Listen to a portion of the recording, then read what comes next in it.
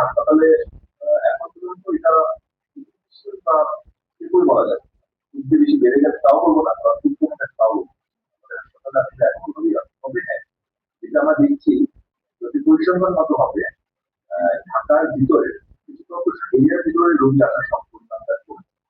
আমাদের যে গত 24 ঘন্টা যে 125 জন ভর্তি হয়েছেন, তার মধ্যে আমাদের এটা তৈরি কিন্তু তার 34% ঢাকার ভিতরে। আর বাকি যে না আমরা 34% হচ্ছে ঢাকার বাইরে বা এদিকে ঢাকার আশেপাশে নাই।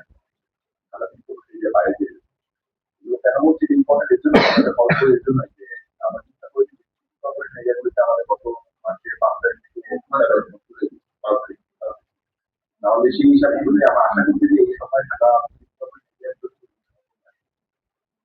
শুরু করছে চলে আসছে অনেক চলে আসবে।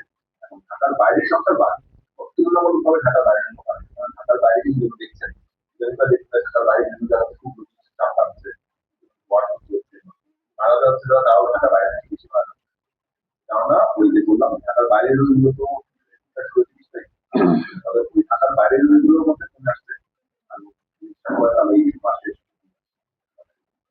আর আরেকটা কথা যেটা বলি আমি তো আগে বলেছি, এখন যে রোগগুলোকে আমরা দেখছি, এখন যে রোগগুলো ভর্তি হচ্ছে বা এখন যে রোগগুলো মানে মৃত্যুবরণ করছে, তাদের এই রোগগুলো কিন্তু সামনের ভাইরাসে আক্রান্ত হয়ে যাচ্ছে আরো আগে তোমার আগে অথবা এই ঘটনার মানে গত মাসের শেষের দিকে 20 তারিখ বা 25 তারিখের মধ্যে তারা আক্রান্ত হয়েছে সামনের।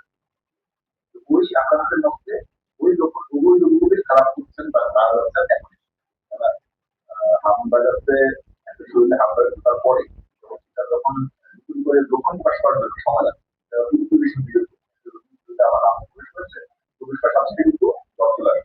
কিন্তু জ্বর আসলে আমরা বলি 7 দিন থেকে 100